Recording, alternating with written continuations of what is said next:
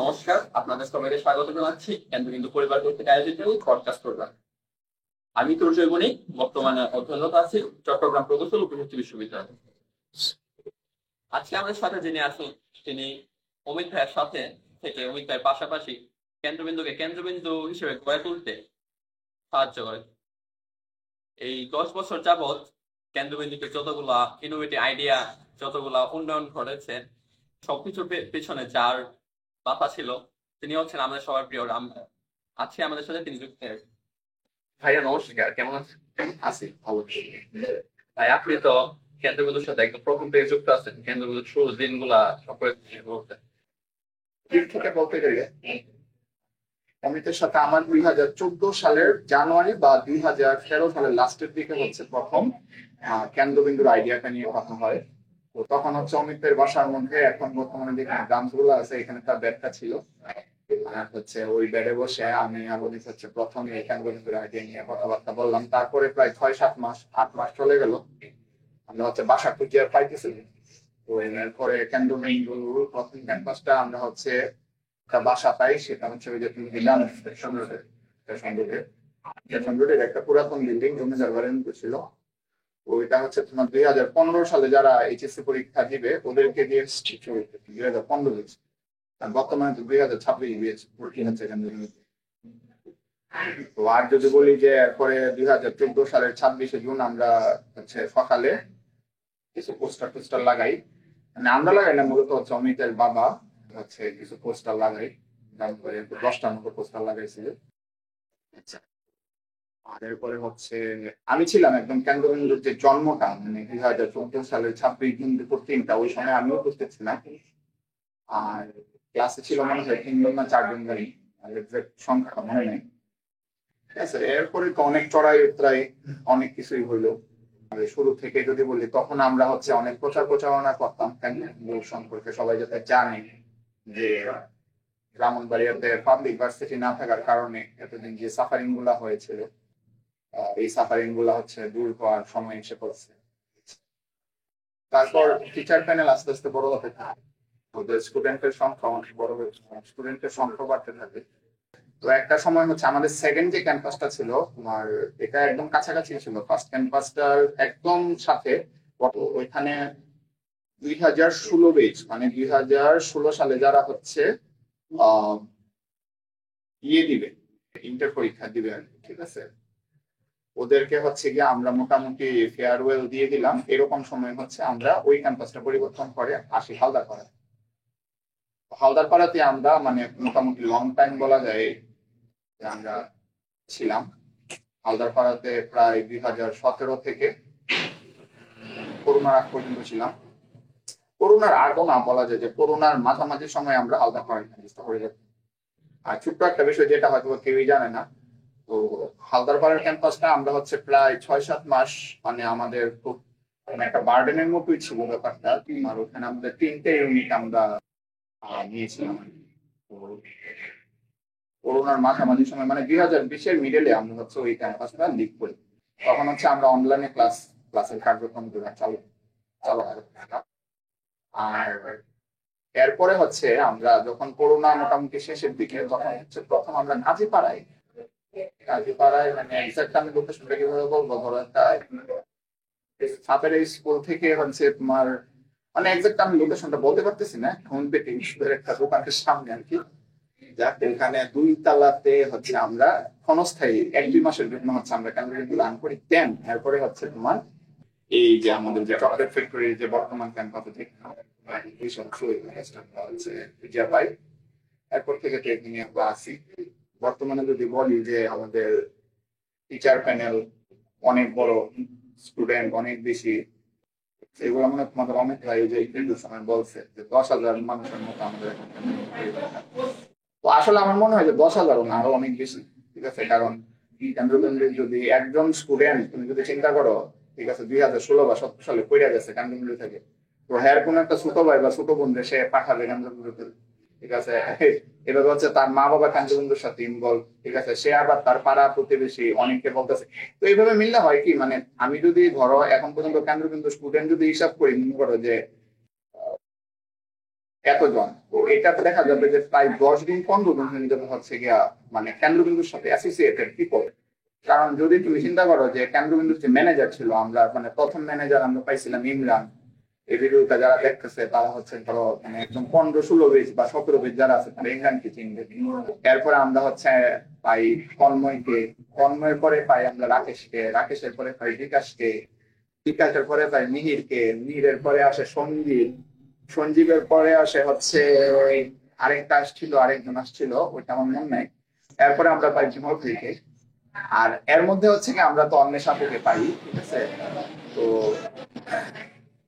অনেক স্মৃতি জড়ে আছে। তো ওই যেটা বলতেছিলাম যে বিমল বা রাকেশ টাকেশের কথা কেন বলছি, যে দেখো মানে রাকেশ বা বিমল বা হচ্ছে বিকাশ এরা যে শুধু ক্যান্টনমেন্ট ম্যানেজার ছিল এরকম, ওদের থ্রুতে ওদের মানে যে ওদের বেশিরভাগ মানুষের বাড়ি ছিল নাসিম, বুঝছো। ওই যে মানে নাসিম নগরের একটা মানে দেখা গেছে যে অঞ্চল বা একটা পাড়া কেন্দ্রবিন্দুর নাম জানি, ঠিক আছে কেন্দ্রবিন্দুর।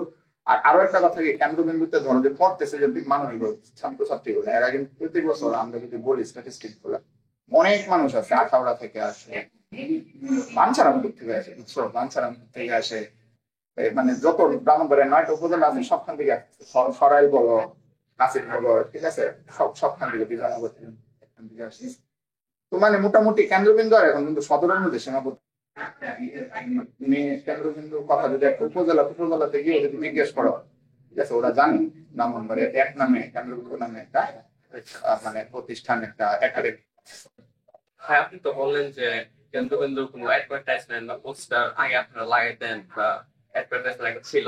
বর্তমানে তো দেখা যায় কোনো জায়গার মধ্যে কেন্দ্রবিন্দুর কোনো পোস্টার বা ব্যানার দেখা যায় না। আচ্ছা বুঝছি, আমি বলি এই ব্যাপারে। তো বিষয়টা হচ্ছে এরকম, ধরো আহ 2017-18 পর্যন্ত, হ্যাঁ, আমার অমিত ভাই আমি আমরা হচ্ছে ইমরানও থাকতো, ইমরান থাকতো, ইমরান থাকতো, তোমার রাকেশ ভাই ওখানে ছিল। যাক, অনেক রাত কইরাও দেখা গেছে সারা রাত আমরা পোস্টার লাগাইতেছি, ব্যানার লাগাইতেছি। আমাদের একজন খুব মানে কাছের একজন মানুষ আর্টিস্ট একজন ছিল, নাম ছিল সেলিম ভাই, উনি হচ্ছে বিভিন্ন দেয়ালে দেয়ালে ইয়ে করতো, আর্ট গুলা করতো। তো এখন একটা জিনিস দেখা গেল কি, আহ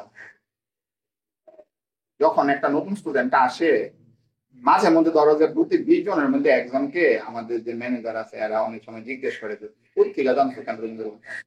ম্যাক্সিমাম মানুষই বলে হচ্ছে আমি আমার বড় ভাই থেকে জানছি, ছোট ভাই থেকে জানছি, আপুর থেকে জানছি, হ্যান ত্যান, ঠিক আছে। কেউই আর বলে না আপনাদের ব্যানার দীক্ষা আসছে, ঠিক আছে। তুমি এখন লক্ষ্য করো মানে আমাদের যে ক্যাম্পাসটা এটা আমাদের ব্যানার আছে না। তো আমরা রমিত ভাই ওইদিন বলতেছে যে, আমি অবশ্য কাহিনীটা জানি না, রমিত ভাই ইন্টারভিউতে বলতেছে শুনলাম যে মানে একজন রিক্সাওয়ালা নাকি একজন গার্ডিয়ানকে প্রথম হালদারপাড়া নিয়ে গেছিল কেন্দ্রবিন্দুর কথা শুন না। মানে সে জানে যে কেন্দ্রবিন্দু হালদারপাড়ায়, ঠিক আছে। পরে হচ্ছে আবার মানে জিগায় জুগায় কোনো ভাবে হচ্ছে আবার এখানে আসছে আর কি, আর এখানে তো এখন বর্তমানে কাজ করতেছে, রাস্তাটা একটু বেকুয়ার।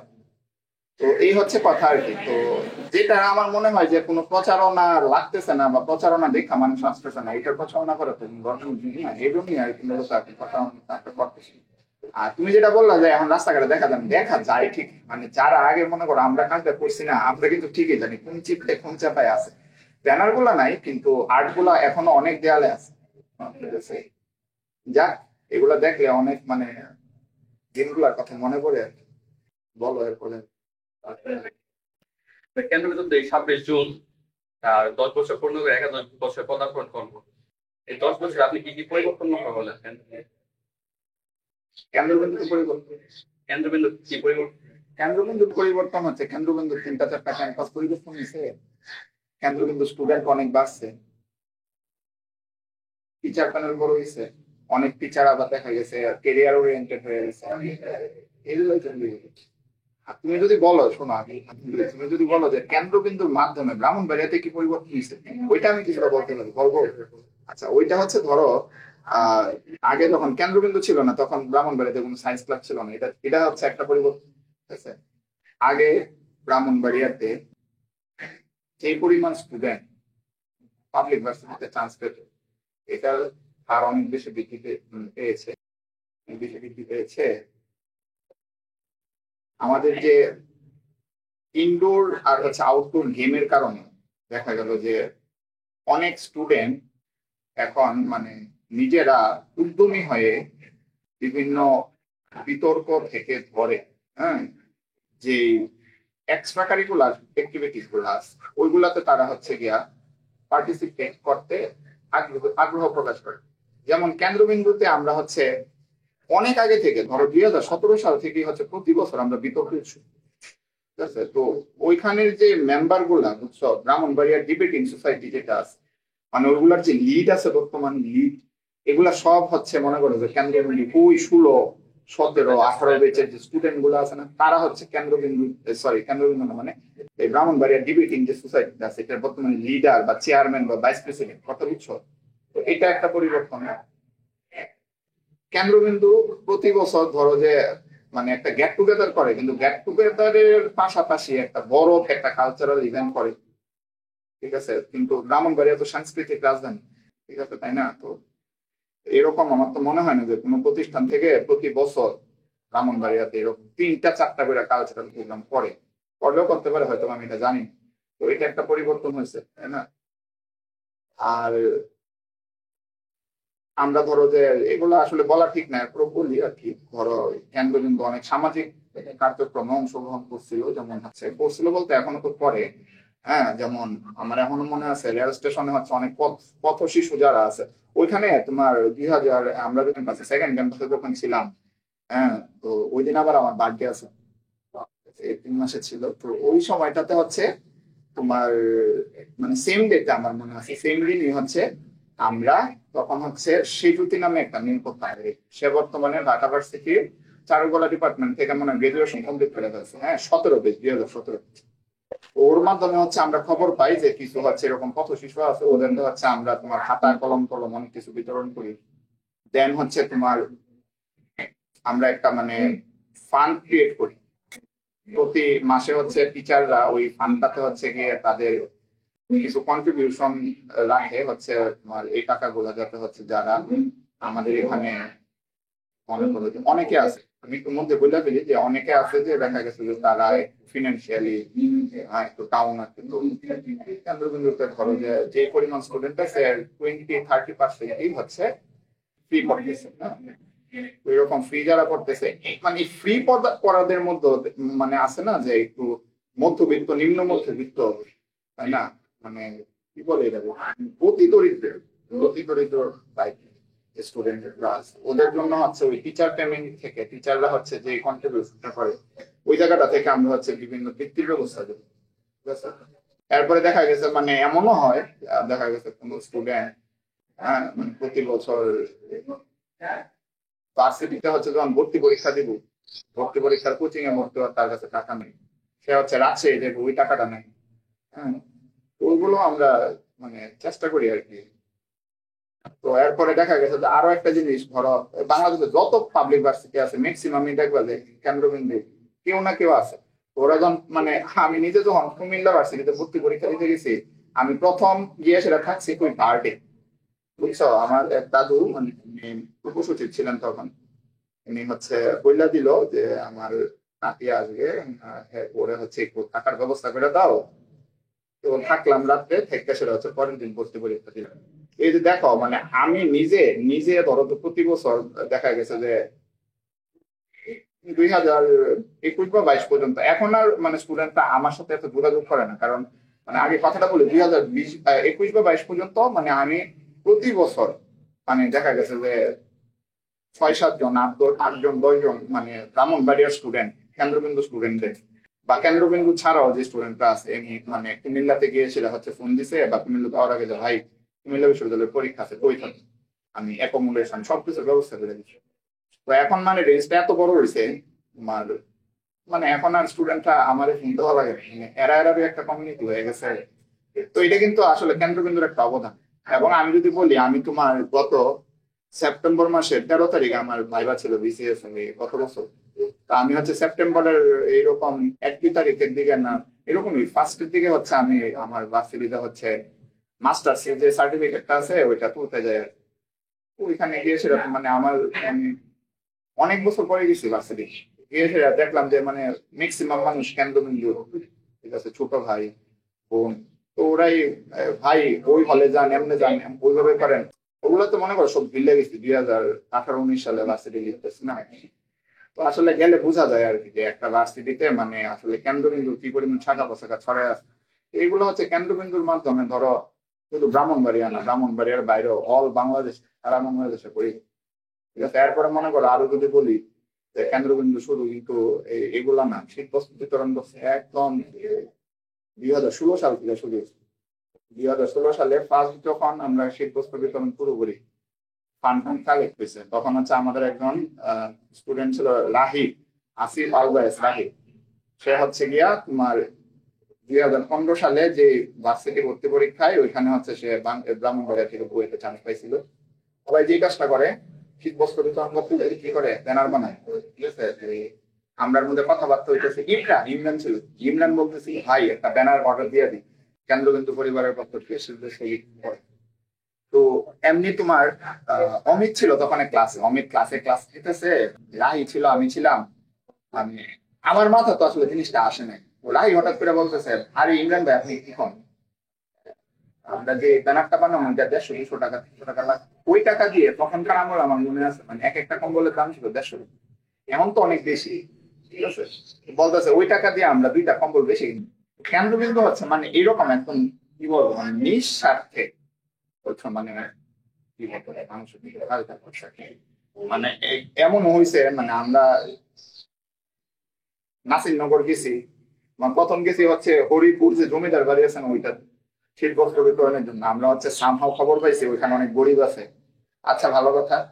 তো ওই যে ঘেটুপুত্র কমলার যে শুটিং হয়েছিল ওইটার গেলাম, গিয়ে সেটা সিএনজি টিএনজি আমরা মানে একদম ফুল মানে 3 সিএনজির উপরে হচ্ছে গিয়া ধরো যে 150-150 করে 450 কম্বল আছে।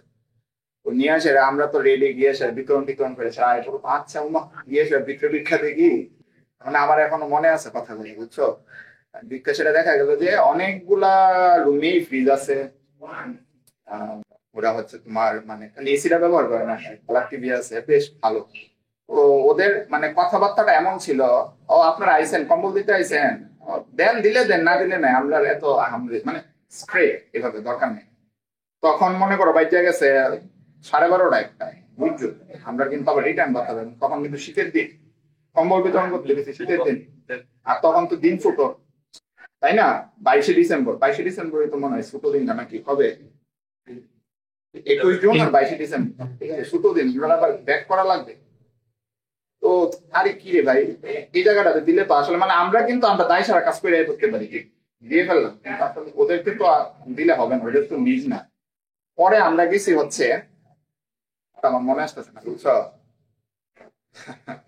তো তোমার ওই গ্রামে মানে আমরা যেখানে সিএনজি থেকে নামছি, একটা বাজার পাই, ছোটখাটো একটা বাজার।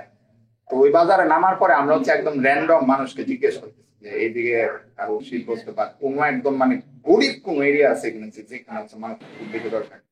তো এখানে আসে না এলাকার মেম্বার চেয়ারম্যান এরা একটু মানে সুবিধা নিতে চায়, যাই হোক সেটা করবো যে আমরা নিয়ে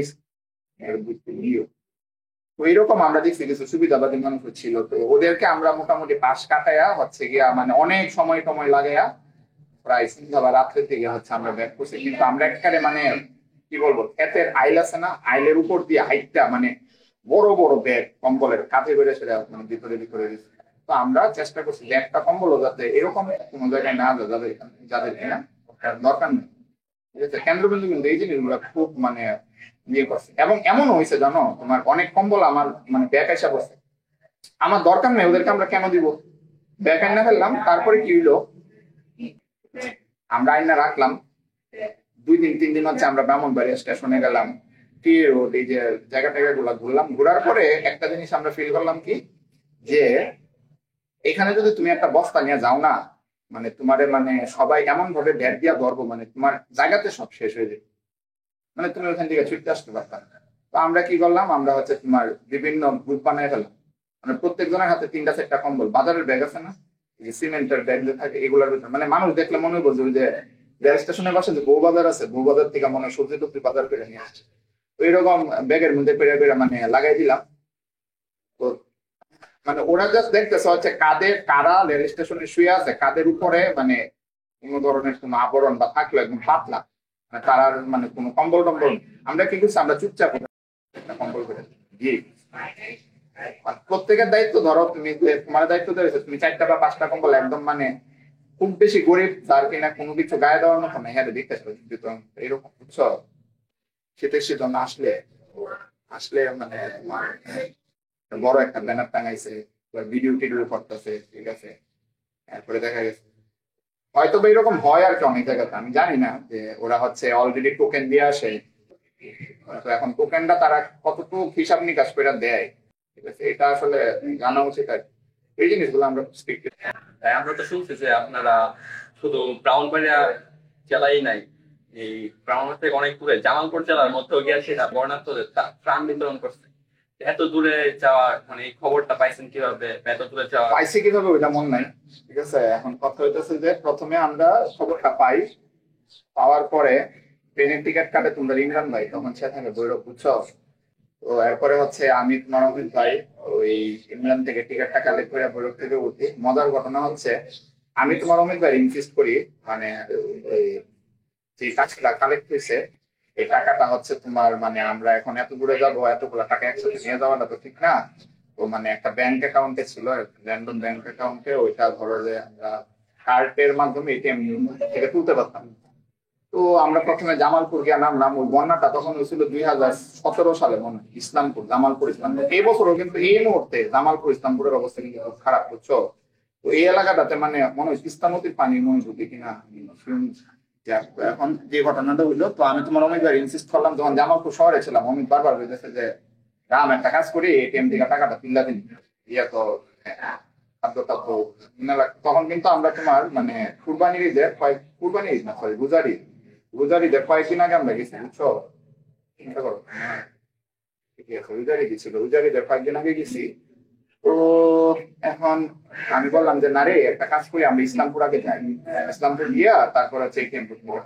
গিয়া দেখি ইসলামপুরে কোনো দোকান শুধু পাইতেছি না, সব পানি মিশে, সব পানি, ঠিক আছে। পরে যাই হোক মানে অমিতের একজন ফ্রেন্ড ছিল, এরপরে মানে এর বাবা বিকাশে টাকা টুকা পাঠাইলো। তো ক্যাশ আউট করতে যত টাকা গেছে এটা পুরোটা মানে যাই হোক ওইটা অমিতের প্রায় অনেক টাকা খরচ হয়েছে। তো এরপরে আমরা ইসলামপুরের একটা হচ্ছে প্রাইমারি স্কুলে হচ্ছে, ওইখানে আবার অমিতের একজন বুয়েটের ফ্রেন্ড ইসলামপুর বাড়ি। তো ওই হচ্ছে মানে ঘোষণা টোষণা দিয়ে আগের থেকে বলে রাখছে যে আপনাদের মানে, এবং মানে ঘোষণা বলতে ও আবার সার্ভে টার্ভে করে রাখছিল আর কি, কারার বাড়ি ঘর একদম মানে পানি নিতে, মানে ধরো যে টিনের চাল আছে না, টিনের চাল পর্যন্ত বিপদ গেছে এরকম অবস্থা। তো এরা হচ্ছে মানে বাড়িতে থাকার জায়গা নাই, ওই প্রাইমারি স্কুলটা থাকে আসবে এখানে। তো আমরা গেলাম। এখন যাওয়ার আগে যে মজার ঘটনাটা তোমার মানে ধরো এই যে ব্রাহ্মণবাড়িয়াতে যে কনকিরাজ গুলা চলে না, এই কনকিরাজ গুলার চাকা গুলার 1 মিটার যদি হয়, মনে করো রাস্তা রয়েছে 2 মিটার, ঠিক আছে, একদম কাঁচা রাস্তা, কাঁচা রাস্তা 2 মিটার একটা রাস্তা, মানে তোমার দুই দিকে এই অটোর চাকার করে মনে করো যে এই এতটুকু জায়গা খালি থাকা, বুঝছো। আর দুই দিকেই হচ্ছে খাল, ওটা তো হাওড় অঞ্চল, এবং মানে অটোর ভিতরে আছে না আমাদের হাঁটু, এই হাঁটু এতটুকু পর্যন্ত কিন্তু পানির নিচে, বুঝছো। অটোর উপরে হয়েছে সব প্রাণ টান 2-3 অটোর উপরে। তো গ্রামবাসীরা হচ্ছে মানে হেরা নিজেরা হচ্ছে মানে সাইডে থেকে মানে দেখবো অনেক সময় এরকম ছিল বিষয়টা, মানে ওই চিনি বা গুড় যদি মাটিতে বা ফ্লোরের মধ্যে পড়ে থাকে, পিঁপড়া গুলা অনেকগুলা পিঁপড়া মিললে কি করে একটা দানারে 3 দেশের নেওয়া যায় না, মানে কাইন্ড অফ এরকম ছিল। মানে তারা অটোটাকে এইভাবে প্রোটেকশন দিয়ে নিয়ে গেছে, বুঝছো। মানে এতটা ভয়ঙ্কর একটা পরিস্থিতি, মানে অটোটা যদি একটু 19 থেকে 20 হয়, মানে কোন জায়গাতে যাইবো, মানে মানুষও যাইবো ত্রাণও যাইবো, এটা কোনো ধরনের কোনো গ্যারান্টি, মানে এতটুকু ঝুঁকি নিয়ে আসে গেছিল। আমি সাঁতার করি না, যাই হোক। তো গিয়া এরপরে যখন ত্রাণগুলা বিতরণ করলাম, মানে আসার সময় আসলে মানসিক প্রশান্তিটা, মানে যখন আমি আর আমি ট্রেনে বসছি তখন রাত মনে 10টা বা 11টা, আমরা জামালপুর থেকে ট্রেনে উঠছি, তখন আমি আর আমি বলা বলি লাগছে খুব শান্তি লাগতেছে। যেই মানুষগুলোর কাছে দিয়ে আসছি ত্রাণগুলো, আমরা কি কি দিচ্ছি প্রায় অনেক মানে খাদ্য সামগ্রী দিচ্ছি, বুঝছো, শ্যামাই ওই রোজার ঈদের সামনে। এই উপলক্ষে আমরা চিন্তা করলাম যে আমাদের আসলে এগুলো আইডিয়া ছিল না, আমরা চিন্তা করলাম যে প্রত্যেকটা ফ্যামিলিতে 2-3টা প্যাকেট শ্যামাইও দিয়ে দিই, তেলের বোতল, চাল ডাল অনেক কিছু দেওয়া হইলো। মানে আসলে মানে অমিত আমি বসে কথাবার্তা বলতেছে যে ওদেরকে যা দেওয়া হয়েছে অ্যাটলিস্ট তারা 15 দিন এগুলো দিয়েছে, যারা মনে করো 4-5 সদস্য বিশিষ্ট ফ্যামিলি, এরা সুন্দরভাবে খাওয়া দাওয়া করে। এটাই আর কি ব্যাপার। তুমি চিন্তা করো মানে ব্রাহ্মণবাড়িয়া থেকে কেউ গিয়া জামালপুরে ইসলামপুরে প্রাণ দিবে, এটা চিন্তা করা যায়, তাই না? মানে ব্রাহ্মণবাড়িয়ার মানুষ চিন্তা করে সবসময় ব্রাহ্মণবাড়িয়া, তাই না? তো কেন্দ্রবিন্দু যতটুকু পারছে মানে যাওয়ার চেষ্টা করছে, এই আর কি। আমরা তো জানতে পারলাম আপনি ডিপার্টমেন্টে মনে স্যার ছিলেন, ডিপার্টমেন্টে এই চাপ পড়ালেখার চাপ সামনে আবার কেন্দ্রকে যদি এতটা সময় দিতেন, দুইটা জিনিস একসাথে কিভাবে মেনটেন করতেন? আচ্ছা ধরো মানে বিষয়টা এরকম না যে মানে সবকিছু সামলায়, হ্যাঁ তুমি যদি ইচ্ছা করো মানে দেখা যাবে যে একসাথে অনেকগুলা কাজই করতে পারবা যদি তোমার মানে মনে হয় যে না এটা করা প্রয়োজন। তো তোমার যেটা বলতেছিলাম মানে আমাদের ধরো প্রথম যে আমরা টিচার প্যানেল ছিলাম না, আমরা তো টিচার ছিল না, বুঝছো? তো না থাকার কারণে আমরা যারা যারা একদম কেন্দ্রবিন্দু প্রথম দিকে ছিলাম আমরা মোটামুটি কমিটেড ছিলাম যে কেন্দ্রবিন্দুর মতো একটা প্রতিষ্ঠান কিন্তু ধরো এর আগে কেউ সাহস করে না চালানো। ফার্স্ট সেকেন্ড হচ্ছে মজার কথা, আমরা কেন্দ্রবিন্দু খোলার 6 মাস পরেই শুনি যে এরকম চন্দ্রবিন্দু বা সামথিং মানে আরো খোলা হয়েছে। ভালো খুলো, এবার একদম খুলো, তাহলে আরো বেশি মানুষ সার্ভিস পাইল। কিন্তু অ্যাকচুয়ালি মানে বিষয়টা কি যে ইউনিটির যে বিষয়টা, এক ধরনের চিন্তা ভাবনা, ঠিক আছে, এবং কমিটমেন্ট ঠিক রাখা যে বিষয়গুলো, এগুলা আসলে যদি ঠিক না থাকে, নীতিটা যদি ঠিক না থাকে, তাহলে কিন্তু একটা প্রতিষ্ঠান অনেক দূর পর্যন্ত নিয়ে যাওয়া অনেক কাজ, ঠিক আছে না, ভালোই থাকে। তো এরপরে দেখা গেল যে এরকম কমিটমেন্ট আছে আমাদের মধ্যে, যে যদি আমি না আসতে পারি তাহলে হয়তো বা হচ্ছে অমিত না আসতে পারে তাহলে হচ্ছে কিছু কাজ হয়তো বা মানে আমাদের করতে সমস্যা হবে, কিছু কাজ হচ্ছে একটু লেট হয়ে যাবে, বা হচ্ছে প্রথম দিকে একটা প্রতিষ্ঠান শুরু হইলো, তো ওই সময় আমার কাছে মনে হয় বা তুমি একটা জিনিস চিন্তা করো, তুমি যখন একটা কিছু মানে ফ্রিল্যান্সার হিসেবে প্রথম উদ্যোক্তা হিসেবে শুরু করবে, তখন তোমার কিন্তু এটার দিকে একটু আলাদা মানে দৃষ্টি থাকতে হবে এবং হচ্ছে তোমার এফোর্টটা ওইরকম থাকতে হবে, তাই না? তো মানে তোমরা যেরকম বলতেছো যে আমি সব দিক সামাল দিই, আসলে মানে জিনিসটা এরকম না।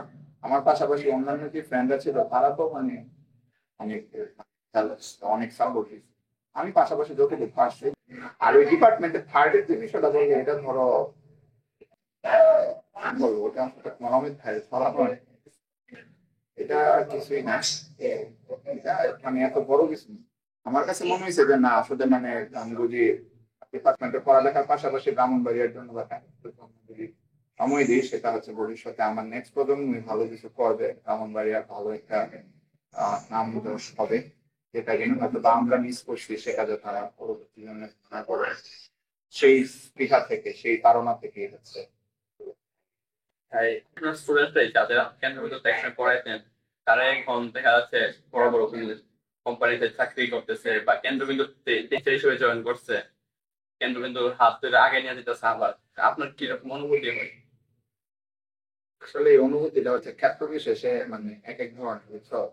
বড় এখন তুমি যে বললা কেউ একজন কেন্দ্রবিন্দুতে এসে ক্লাস করতেছে, তো এটার ক্ষেত্রে আমার অনুভূতি হচ্ছে যে সে কেন্দ্রবিন্দুতে ক্লাস নিবে, প্লাস হচ্ছে তার কেরিয়ারের জন্য সে কিছু করবে।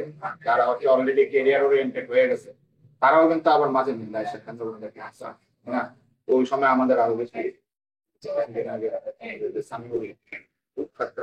বলতেছে ভাই আমি ক্লাস নেব, 2-3 দিন ক্লাস। সামনের হঠাৎ করে দেখুন অনেকদিন পরে দেখ পুরাতন স্মৃতিগুলো মনে করতেছে, ঠিক আছে? তো এটা এখান থেকে কিন্তু যে ভালোবাসার টানে মানুষ চাকরির পাশাপাশি এখান থেকে কিন্তু আসে। আর ওই যেটা বললা যে স্টুডেন্টরা বিভিন্ন ভালো ভালো জায়গা কোম্পানিতে, এখন কথা হলো যে ধরো আমি সবাই বলি যে আমি নিজেও তো ধরো যে এখন নন ক্যাডারের সুপারিশ করতে মানে চাকরি করি, চাকরি চাকরি, তাই না? সবাইকে যেটা বলে যে খুবই ভালো, সবাইকে আমি যেটা বলবো এই ভিডিও নিজের থেকে কিছু করার, নিজের লিডার হোক, বুঝতেই পারছো, তুমি অন্যকে কাজে লাগাও, অন্যকে চাকরি দাও, তুমি চাকরি কেন করো? কথা হচ্ছে যে ধরো বাংলাদেশের পার্সপেক্টিভে এই জিনিসটা মানে করাতে একটু টাফ, কিন্তু মনের মধ্যে ইচ্ছা থাকা লাগে। ঠিক আছে? ও কিন্তু ধরো যে একজন লিডার হিসেবে মানে আমি বলবো যে সে কিন্তু একজন বস, লিডার। লিডার কেন? কারণ সে সবাইকে নিয়ে চলছে, সে কিন্তু কাউকে অর্ডার দেয়। মনে করো যে কেউ একটা কাজ করতে পারছে না, সে কিন্তু বলতেছে ঠিক আছে তোমার কাজটা আমি তোমাকে সাহায্য করতেছি, হ্যাঁ আমি হেল্প করতেছি, সে অ্যাপ্রিসিয়েট করতেছে জিনিস। বস হলে কি করতে যে তোমারই কাজটা করতে তুমি পারবা না কেন? আমি আবার অন্যদিকে চলে যেতেছে, তোমার কোশ্চেনটা ছিল যে আমার ফিলিংটা না, আমরা যাদেরকে পড়াচ্ছি তারা হয়তো বা কিছু পেমেন্ট দিতেছে, এটা তো থাকতেছে। তো ওরা যখন ভবিষ্যতে ভালো ভালো ভার্সিটিতে চান্স পাচ্ছে, ইন্টারে ভালো রেজাল্ট করতেছে, ভালো জায়গায় জব করতেছে, অনেকে কিন্তু অ্যাব্রোডেও আছে, ঠিক আছে? তো এটাই তো আমাদের জন্য বড় পাওয়া, তাই না? কেন কিন্তু এই 10 বছরের দীর্ঘ যাত্রা পার করার পর অনেক কিছু পরিবর্তন হচ্ছে, অনেক দূর আগে। তো আরো 10 বছর পর আপনি কেন কোথায় দেখতেছেন? যেখানে আছে সেখানে দেখতে চাই। কেসটা যদি এটাই থাকে তাহলে আরো বেশি স্মৃতি জমা হবে। তো আমি চাইবো কেন্দ্রবিন্দুর মাধ্যমে আমরা যদি ওই ঘুরে সরে যাচ্ছি, আমি তোমার অনেক ভাই দুজন, তোমার অনেক ভাই এখন কত শুক্র শনিবার আসে ক্লাস নেই, তারপর হচ্ছে শুক্র শনির পাশাপাশি অন্যান্য ছুটি দিন, যেমন গত রবিবারে সে হচ্ছে ক্লাস নিতে পারছিল। আমরা তো চেষ্টা করবো যেখানে থাকি আমরা কেউ কেন্দ্রবিন্দুর মাধ্যমে যারা হচ্ছে উপস্থিত হবে ইংরেজি নদী থেকে বের হওয়ার পর শুধু কেন্দ্রবিন্দুর জন্য না, তার ফ্যামিলির জন্য না, তারা যাতে ব্রাহ্মণবাড়িয়ার জন্য ভালো কিছু করতে পারে। ঠিক আছে, মানে এরকমই চিন্তা করেছে ব্রাহ্মণবাড়িয়া সুইস ক্লাব থেকে শুরু করে তার স্টুডেন্টরাই তো ব্রাহ্মণবাড়িয়ার লিডিং সোসাইটি লিডিং এ আছে, তাই না? ব্রাহ্মণবাড়িয়ার জন্য কোনো কিছু করতে হবে না? ব্রাহ্মণবাড়িয়ার পানি বাতাস সব মানে তুমি ব্যবহার করলে এত বছর বড় পরে গিয়ে ব্রাহ্মণবাড়িয়ার দিল্লি তাহলে হবে না, এটা তো হওয়া উচিত নেই। এই জিনিসটা মনে লালন করা উচিত। আমি কেন্দ্রবিন্দু থেকে শিখে গিয়ে কেন্দ্রবিন্দুর মাধ্যমে বড় হওয়ার পর যাতে আমি আমার দেশকে, আমার পরিবারকে, আমার কেন্দ্রবিন্দুকে সার্ভ করার পাশাপাশি দেশকে সার্ভ করে দিতেছে। কেন্দ্রবিন্দু থেকে বের হওয়ার পর আমাদের নেক্সট জেনারেশন ব্রাহ্মণবাড়িয়াকে মানে লালন করার মাধ্যমে ব্রাহ্মণবাড়িয়ার উন্নতির জন্য এবং কোনো কিছু যাতে কিছু হলেও ব্রাহ্মণবাড়িয়ার জন্য করার চেষ্টা করে, যাতে করে ভবিষ্যৎ প্রজন্ম তাদেরকে মনে রাখে। আহমেদ ভাই ধরো আমরা যতটুকু কইয়া যেতে পারলি কেন্দ্রবিন্দুর মাধ্যমে, আমরা তো চাই কেন্দ্রবিন্দু অনেক বছর বাঁচে। এরপরও আমার মনে হয় যে কেন্দ্রবিন্দু থেকে যে শিক্ষা প্রসারক গুলো বের হয়েছে আগামী 100 বছর, আগামী 200 বছর কেন্দ্রবিন্দু যদি নাও থাকে, ব্রাহ্মণবাড়িয়ার মানুষ, ব্রাহ্মণবাড়িয়ার যে নেক্সট জেনারেশন আছে তাদের কারো না কারো মুখে কেন্দ্রবিন্দুর নামটা উচ্চারিত হবে, তাই না? তো এরকম কিছু একটা মানে করা দরকার, তাই না? তো খালি আমি আসলাম কেন্দ্রবিন্দুতে পড়লাম বা ব্রাহ্মণবাড়িয়া থেকেই আমি মানে বিভিন্ন ভালো জায়গাতে গেলাম, যাওয়ার পর আমি ব্রাহ্মণবাড়িয়াকে ভুলে যাবো ওই জন্যতে এটাই আমার চাওয়া। আমি কেন্দ্রবিন্দু আমার পছন্দ ছিল যে কেন্দ্রবিন্দু আমি কোথায় দেখতে চাই, কেন্দ্রবিন্দু এখানে দেখতে চাই। কেন্দ্রবিন্দু ছাড়া হতো আপনি এই অমিত ভাইকে অনেক আগে থেকে চিনেন, তো সেম স্কুলে পড়ালেখা করতেন, মানে ওই অমিত ভাইটা কিরকম? আসলে মানে সত্যি কথা যেটা তোমার ওই অমিত ভাইয়ের স্মৃতিটা আমার মনে নেই। So, মানে তুমি ধরো আমিও পড়তাম মানে বি সেকশনে, তোমার অমিত ভাই পড়তো বি সেকশনে, এর রোল নাম্বার ছিল 5, আমার ছিল 27, ঠিক আছে? এই ও মেট্রিক পরীক্ষা দিয়ে গেল ঢাকায় রাইফেলস কলেজে পড়লো, আর ব্রাহ্মণবাড়িয়া সরকারি কলেজে পড়ি। 2009 থেকে 11 আমাদের কলেজ লাইফ। এর মধ্যে অমিত ভাইয়ের সাথে কয়েকবার মনে দেখা হয়েছিল, কিন্তু ওর সাথে ধরো বর্তমানে যে সম্পর্কটা না, এটা মানে আসলে মানে সেরকম যে ধরো রক্তের সম্পর্ক না, কিন্তু আত্মার সম্পর্ক। এটা হলো আত্মীয়। তো এই সম্পর্কটা মূলত ধরো যে 2014 সালে যে গঠন হয়েছে এরকম। প্রথম যেদিন আমার মনে করো যে অমিত ফ্রেন্ডলি 2013 সাল লাস্টের দিকে নাম দিতে অমিত, ঠিক আছে তো কিছু আমার বাসায় তো কুমিল্লাতে আসো, কবে আসবে তোর সাথে দেখাবো, আমি তখনও জানিনি।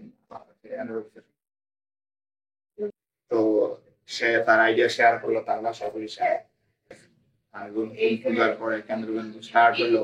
তখনো পর্যন্ত ধরো যে তোমার অমিত ভাইয়ের সাথে আমার এত মানে ভালো যে বন্ডিং, তো আস্তে আস্তে আস্তে আস্তে যখন দেখেন যেন মানে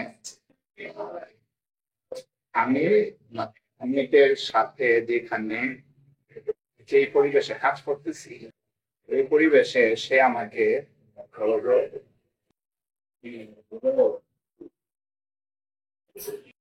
অ্যাজ এ বস সে আমাকে হচ্ছে গিয়ে লিডার, যেটা আমি একটু আগে বললাম হচ্ছে লিডার ফর অন্যান্যদের ক্ষেত্রে হইতে পারে সে লিডার, সে সবসময় আমার সাথে চেষ্টা করছে যে বন্ধুত্বের যে জিনিসটা আছে, সম্পর্কটা আছে, এটাই বজায় রাখার।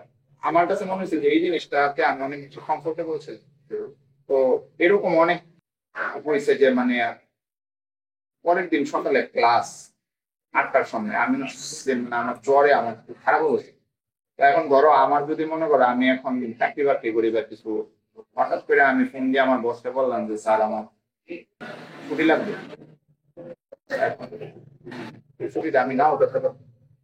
সেটা তো দেখা গেল কি তোমার অমিত ভাই নিজে মানে আমার ক্লাসে গিয়ে এসে হয়তো আমার সময়টাতে সে ক্লাস নিয়ে হচ্ছে তার যে সময়টা ছিল তার নিজের একটা কাজ করে, সে হচ্ছে ওই সময়টাতে মানে আমার কিছু দেখা দিয়েছে। এছাড়াও ধরো যে মানে কথা বলার যে জড়তা কাটানো, এগুলো কিন্তু দেখা গেছে আসলে যে ট্রিপস ট্রিক্স টেকনিক এগুলো হচ্ছে অমিত তো মানে আমার আগে থেকে ক্লাস, এগুলো আগে থেকে ক্লাস এসে জানি। এগুলা মূলত হচ্ছে অমিত ওই খরচে শেখায়। যার কারণে ধরো ওই যে ভার্সিটিতে গেলে দেখো প্রেজেন্টেশন জমা দিয়ে আসছে, এগুলো তো মনে করে যে আমার খুব মনে হয়েছিল যে না কথা বলার যে জড়তা এটা কেটে গেছে। হ্যাঁ, আপনাকে অনেক ধন্যবাদ আমাদের সাথে এতক্ষণ থাকার জন্য, এত সময় দেওয়ার জন্য। এই দর্শক বৃন্দ, আপনাদেরও ধন্যবাদ আমাদের সাথে থাকার জন্য।